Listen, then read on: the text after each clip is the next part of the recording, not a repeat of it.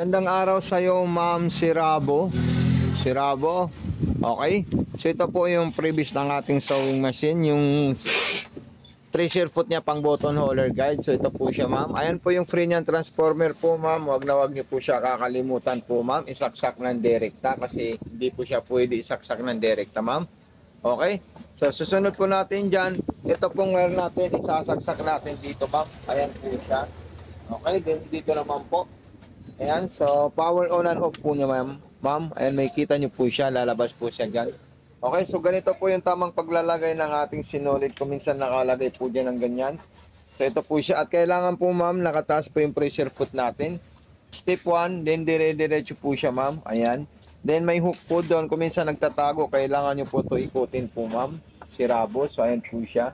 Step 4 po yan, then dire-diretso na po dito yan, ma'am. Ayan. Okay, so dito po siya sa pinaka bungad dito. Ayan. Then sumunod naman po dyan, ipapasok natin sa butas ng karayom. Ang tamang pagpasok sa butas ng karayom po yan, papunta po dun sa likod. Opo. At ang tama naman pagtanggal sa ating karayom, ikutin natin ito pababa, papunta po dito para makita nyo po yung tamang position ng sinulid at karayom. So ito po yung ating calling card para kung sakaling meron po kayong katanungan at masabihan nyo po kami at ma-inform nyo po kami na kayo po ay nangangailangan ng tulong sa ating sewing machine na in-order nyo po, ma'am. Okay? So, ganyan lang po siya kadaling gamitin po, ma'am. Kunin lang natin ang maayos yung sinulid natin.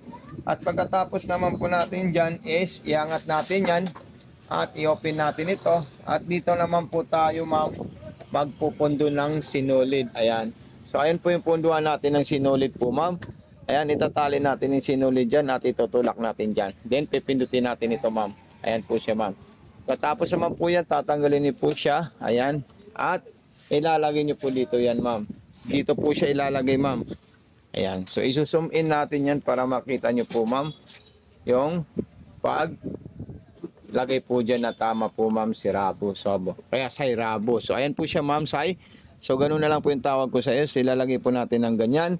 Then, ganito yung isisunod nyo po dyan, ma'am. Ayan. Ikutin nyo muna to para makain niya po yung sinulid sa ilalim. Dahan-dahan nyo lang po siyang ganyan. Then, ayun po siya, ma'am. Ayan.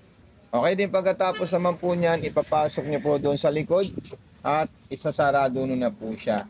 Then, maglalagay po kayo ng tela para matesting natin yung mga iba't ibang klaseng design ng ating sewing machine, pang aging, pang garterize, lahat po yan, ma'am. So subukan natin. May 3 layer po tayo dito na straight line. 0-0 nasa pang manipis po yan, ma'am. Okay. Then pwede nyo po siya ilagay sa medium speed. Then 0-1 is nasa pang maong po yan. At ang pong cotton natin is 0-2. So ayan, so ilagay po natin siya sa 0-2 para makita nyo po yung normal na straight line ng ating sewing machine. At yung atras niya po, ma'am, ito lang po siya. Long press lang po yan habang tumatakbo po siya, ma'am. Umaatras po siya, ma'am. Ayan. So, ipakita po natin sa inyo yung ginawa niyang 3 klaseng straight line. Napaka-solid po yan, ma'am. At sobrang ganda po ng stitches ng ating sewing machine po, ma'am. Okay? Huwag niyo po kalimutan mag-subscribe sa ating YouTube channel, ma'am. At follow sa ating Facebook sa Mato Sewing Machine po, ma'am. Ayan po siya, ma'am, yung ilalim niya. At ito naman po yung ibabaw niya. So, gagawa naman po tayo ng zigzag at saka pang-aging niya. Unahin muna natin yung pang-aging po, ma'am. Ito po siya. Number 7 po siya, ma'am. Ayan. Okay? So, number 7 yung pang-aging niya po, ma'am. Okay? Then, pagkatapos naman po niyan, ma'am, is pwede nyo po siya, ma'am, ilagay sa 05, ayan, or 06, yan, depende na po sa iyo, ma'am Cairo, kung ano po yung gusto nyo pong gagamitin dito sa ating sewing machine. So 9, ayan po siya, ayan, at napakaganda talaga itong sewing machine natin, ma'am. Grabe solid nito, ma'am. Okay, so tayo naman po ay gagawa ng ating button holder para makita nyo po siya, ma'am. Ayan, button holder naman po yung gagawin natin dito, ma'am, ha? Para makita nyo po kung paano po tayo gagawa ng button holder dito, ma'am. Unang-unang gagawin nyo po, ma'am, yung butones nyo po, pwede nyo po dito isalpak kahit malaki or maliit. Kasi standard lug size lang po to, ma'am. Okay? So pag naisalpak natin yung butones natin dito, ma'am, tapos press natin ito, ma'am, kasi meron po tayong pressing dyan para po ilagay natin ito, ma'am. Ayan. So ganito lang po siya, ma'am. Ayan. Pag may kabit natin yan, ma'am, huwag niyo po kalimutan ibaba ito. So itong pag binaba natin to sa pagitan po nito, ayun po siya, ma'am. Oh. Ayan, sa pagitan po yan, ma'am, ha?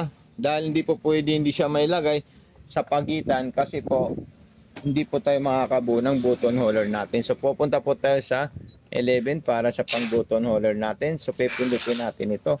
Matik na po siyang gagawa ng button holder. Hindi na po tayo mahihirapan at hindi rin po tayo hassle gumawa ng button holder kasi automatic na po siyang gagawa ng button holder niya po, ma'am. Ayan, so napaka solid talaga to, ma'am. Parit na lang po ako, ma'am, if ever na kayo po satisfied sa ating sewing machine para po malaman po ng mga ibang bibili na kontento at satisfied po kayo, ma'am, sa ating sewing machine po, ma'am. So ito po siya, ma'am. Ma'am Sai, ayan po. So sunod naman natin ulit, gawa tayo ulit po ng button holder. Baka hindi nyo po nakita ng maayos. Okay, so ganyan lang po siya, ma'am. Ilalagay muna natin yung guide natin na pang button holder. Ayan po siya. Then ilalagay natin ulit yung tela natin. So pipindutin natin itong button start natin tsaka button stop po natin, ma'am. Okay, so napakadali lang po yan, ma'am, i-operate. Ayan, kung gusto mong speed control, i-adjust nyo po ito, ma'am. Kung ayaw nyo na mabilis, gusto nyo po na mabagal, ayan. Ayan. Para hindi po kayo maghabol sa speed control ng ating sewing machine. Ayan, napakaganda talaga yung sewing machine natin. Ngayon, ma'am, tatanggalin natin yan, ma'am. Paano po natin siya tatanggalin, ma'am? Iangat natin yun, ma'am, pag patapos po natin yung button holder. Iangat natin ito, ma'am. Okay, Ma'am Sairo. So ayan, then iangat din natin ito. At ito rin, then tatanggalin natin yan. Then yan din tatanggalin din natin yan, ma'am. Then ilalagay natin yung original po niya, ma'am. Yan, para po makita nyo po yung tamang ano niya. Okay. So ito na po siya, ma'am. Yung button holder natin, yung freebies natin, ma'am. Ayan siya. Napakaganda talaga nito, ma'am. Okay. Maraming salamat sa iyo, Ma'am Sai, sa pagtitiwala sa ating mga sewing machine. So ayan po siya. Ilalagay natin yan at ilalagay rin natin ito, ma'am. Yung sinulid natin, ilalagay rin natin ito, ma'am. Ayan, okay. So ayan, so kompleto na po yan, ma'am. Meron po tayong freebies na transformer po, ma'am. Huwag niyo po kalimutan po, ma'am. So maraming salamat sa iyo. God bless and more power po, ma'am.